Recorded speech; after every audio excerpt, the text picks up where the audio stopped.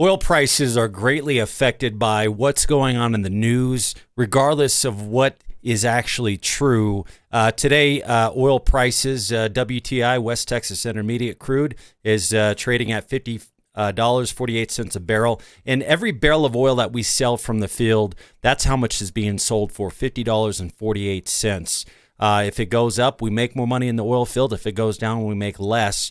But $50 oil at today's why isn't $50 oil profitable today like it was in 2005 when $50 oil hit for the first time? Well, quite simply, it's Shale. Shale has stolen the front page of the news. Shale is very expensive to develop, as where conventional is not. $50 oil is just as profitable now as it was in 2005. I want to read this news article. Peak Shale will send oil prices sky high. Now, I love this article because it has all the vocabulary words that I'm missing when I try to explain this to you guys. And so I'm just going to read here because this guy, he really did his research, and it's an ongoing research that continues to grow over the years. And so instead of me just trying to explain it to you, I'm going to read this thing. Much of the cheap oil has been produced, and the oil industry is increasingly relying on costly reserves. While the world is awash in supply right now, the market may begin to tighten up in the next few years, forcing prices higher. So bottom line, we are awash in oil. That's why oil prices are around $50 a barrel. Hadn't we had all this shale, oil prices would be back around $100-something a barrel, but the way they were back in 2012. But the global economy will begin to sputter as a result of higher crude prices. So back in 2008, when oil prices went up to $150 a barrel, the economy started to crumble because they were just too high. The current economic system cannot sustain oil prices above $100 a barrel and engage in genuine growth in the real economy for a very long time. Now, under the Obama administration and Bush administration, they allowed oil prices to skyrocket, okay? But the Trump administration, that's why he removed all the regulation, all the red tape for oil, and that's why we became the biggest oil producer in the world. And that's why we've been able to sustain low oil prices, okay? So Wall Street is taking an increasingly critical view of shale for good reason, an industry which has never been cash flow positive. Listen, shale, we went from producing 6 million a day in 2005, 6, 7 to producing 16 million a day because of shale alone. That's where the growth has been, is shale alone. But if you look here, industry which has never been cash flow positive. Shale has never been cash flow positive. That's why all the banks are drying up for oil. As investors, banks, and other forms of finance distance themselves from unprofitable shale drilling, the rate of bankruptcies is on the rise. Clearly, at least a portion of the global oil industry needs a much higher prices in order to sustain growth. The production gains of the past decade were possible via cheap credit in overcapitalized industry in North Dakota and Texas. So this easy to get to credit, all this financing is gone. It is dried up because they have never profited from shale. U.S. shale could be nearing a peak or at least a plateau. There isn't a consistency on this by any means, but a growing number of analysts and even some within the industry are eyeing such possibility. For example, John Hess, CEO of Hess Corp, recently said that the production in the Bakken could peak within the next 2 years, and the Permian will peak in mid-2020. So our biggest oil, we're the largest country for oil production, and our two largest fields are reaching their peak, meaning oil and gas will hit. Well, a peak would be we hit a peak of output and then we start to drop, okay, because we're running out of oil. But others have said that the Permian peak may arrive sooner. Steep decline rates mean that any slowdown in the pace of drilling will quickly impact production. So not only has shale, it has never been profitable, even at the best. But the decline curve is increasing every day for shale. Now, I'm just talking about shale oil. I'm not talking about conventional oil, guys. Do not confuse the two. the shale oil crisis and what's going on right now, that's what the news is talking about. Because every time Mad Money, the guy in Mad Money talking about the stock market, Jim Cramer, when he says, I'm done with fossil fuels, no, he's not actually done with the actual fossil fuel itself. He is done with investing in oil companies like Chevron. Why? Because Chevron just wrote off $6.6 billion but because of Shale. Okay, so the big companies on Wall Street, those are shale companies, and none of them are profitable. These little conventional guys that are making money at $50-something a barrel, those aren't on the stock market. The financial stress sweeping across the shale industry may bring forward the peak in shale production, but the precise date is not all that important. The problem is that the plateauing of U.S. shale and the resulting increasing in prices could spell trouble for the global economy. Other of the Geological Survey in Finland cited 2008-09 global financial crisis as an example. Saudi oil production stalled out in the years preceding the crisis, precipitating a massive spike in 2008, which contributed to the financial market meltdown. We're seeing the same signs of what caused the spike of oil prices in 2008. The report, which was recently analyzed in an excellent article by Vice, notes that about 70% of the world's oil supply comes from fields discovered before 1970. And the bulk of that comes from 10 to 20 enormous fields. The pace of discoveries has slowed dramatically in the past decade. In fact, conventional oil production largely plateaued in 2005. Since then, U.S. shale and Canadian oil sands accounted for most of the new supply. But as the number of bankruptcies in the shale patch reveal, the new forms of oil are more costly to produce. 70% of the oil today comes from fields drilled before the 1970s. And that's because we didn't have we didn't have fracking technology before the 70s.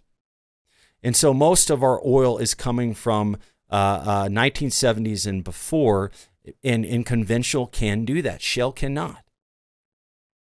And we're not finding those fields anymore. And so what do we have? What happens after shale? I mean, shale's dead. Nobody's investing in shale. Okay, they're all going bankrupt right now. So what are we going to replace shale with? And think about it. The 10 million barrels a day that we've increased, that we're outputting in the U.S. right now with shale, the decline curve is massive. If you don't drill another shale well today, shale will be gone in 3 years. That 10 million barrels a day will be gone in 3 years if we don't drill another shale well. Who's going to finance shale? Who? Other than private investors, which is a small fraction compared to the banks out there and the institutional funders out there and the huge hedge funds.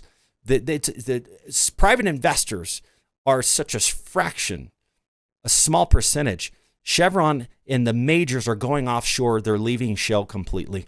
The report concedes that the oil market is currently oversupplied, but Michaux, I don't even know how to say his name, takes a dim view of peak oil demand, instead predicting that demand growth will once again begin to exceed supply growth, putting a lot of pressure on spare capacity, which will shrink to ever smaller levels. Oil demand is still growing by 1 million barrels a day every year. So today we are using 100 million barrels a day. And then next year, we're going to be at 101 million barrels a day. And the year after that, it'd be 102. It is growing, and it's always growing. And I don't care what anybody says. That is scientific. That the numbers speak for itself. No central scenarios that have been recently assessed see oil demand peaking before 2040. So there are people that are saying, oh, oil demand will peak at 2030, 2040, blah, blah, blah. But no recently assessed no central scenarios that have been recently assessed see oil demand peaking before 2040. Okay, so there's nothing out there that that says we're going to have peak oil demand, meaning our 100 million barrels a day demand is there's nothing out there that says we're going to peak by 2040 or before 2040. Roughly 81% of existing production is already in decline. 81% of existing production is already in decline. given that the average decline rate bounces around between 5 to 7% a year, which translates to lost production of about 3 to 4.5 million barrels per a day each year. The world will need to come up with an extra 40 million barrels a day just to keep output flat. That's unbelievable.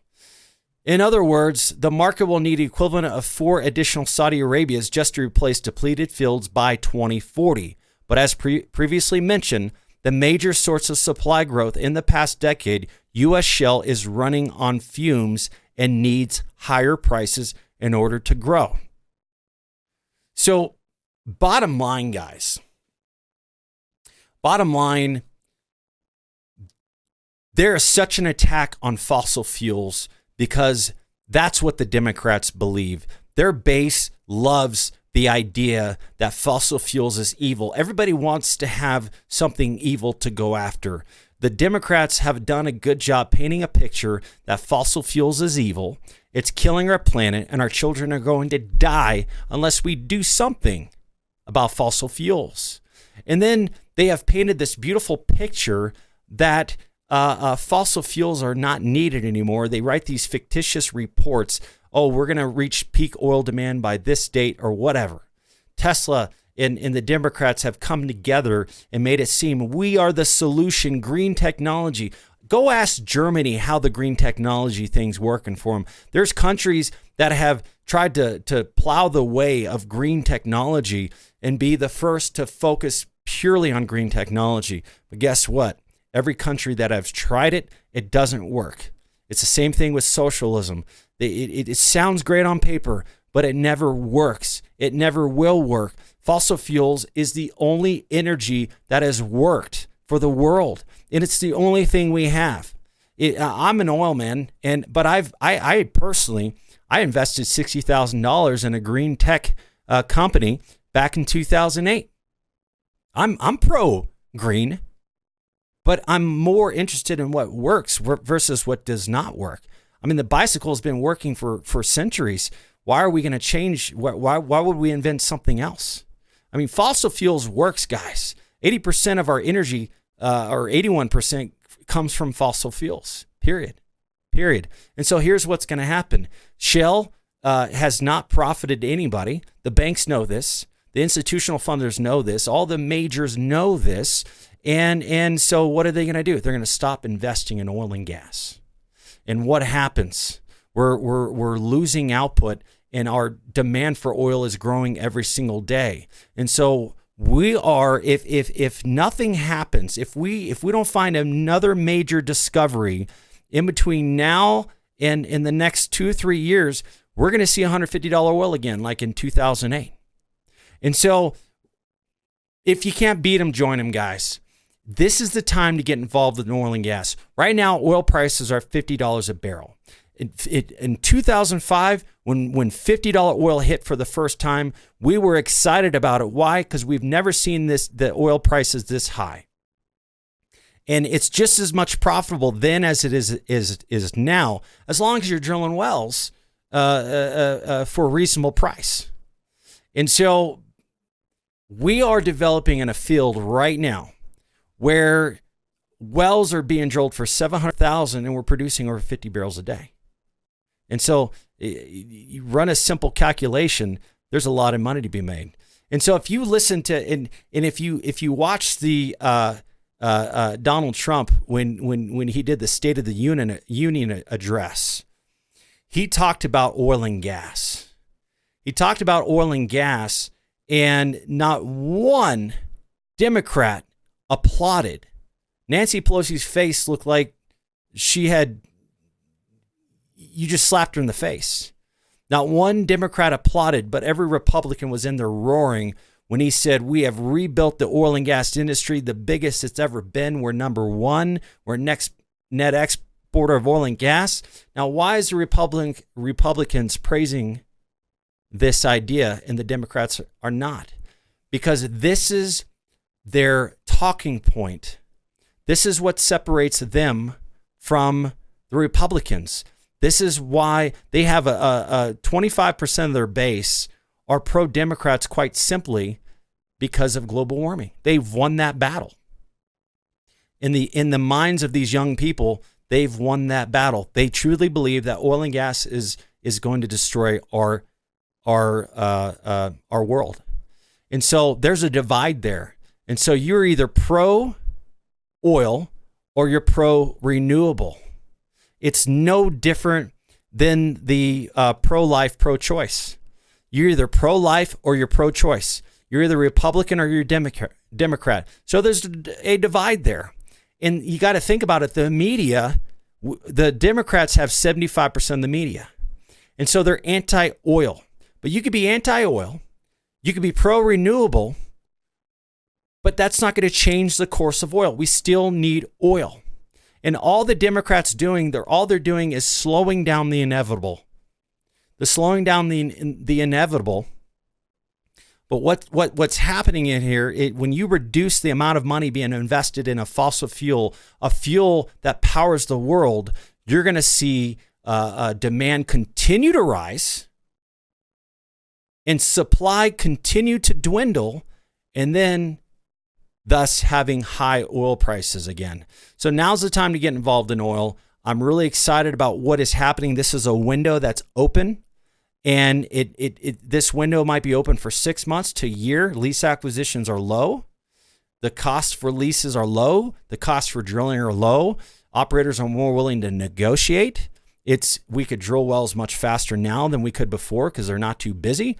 And so this is the time to get involved. Imagine when oil prices fell apart in 2009. They dropped down to, I believe there's $30, $40 a barrel, but then they quickly swept up to $100 a barrel. But this situation's different. This situation's completely different. And what's different about it is that we've had shale flooding the markets for years, and oil prices in 2009, they were low just for a few months. But oil has been low for 3 years. It could be greater than what happened in 2010, 11, and 12. So anyways, I'm Sean Pruitt, president of Kingdom Exploration.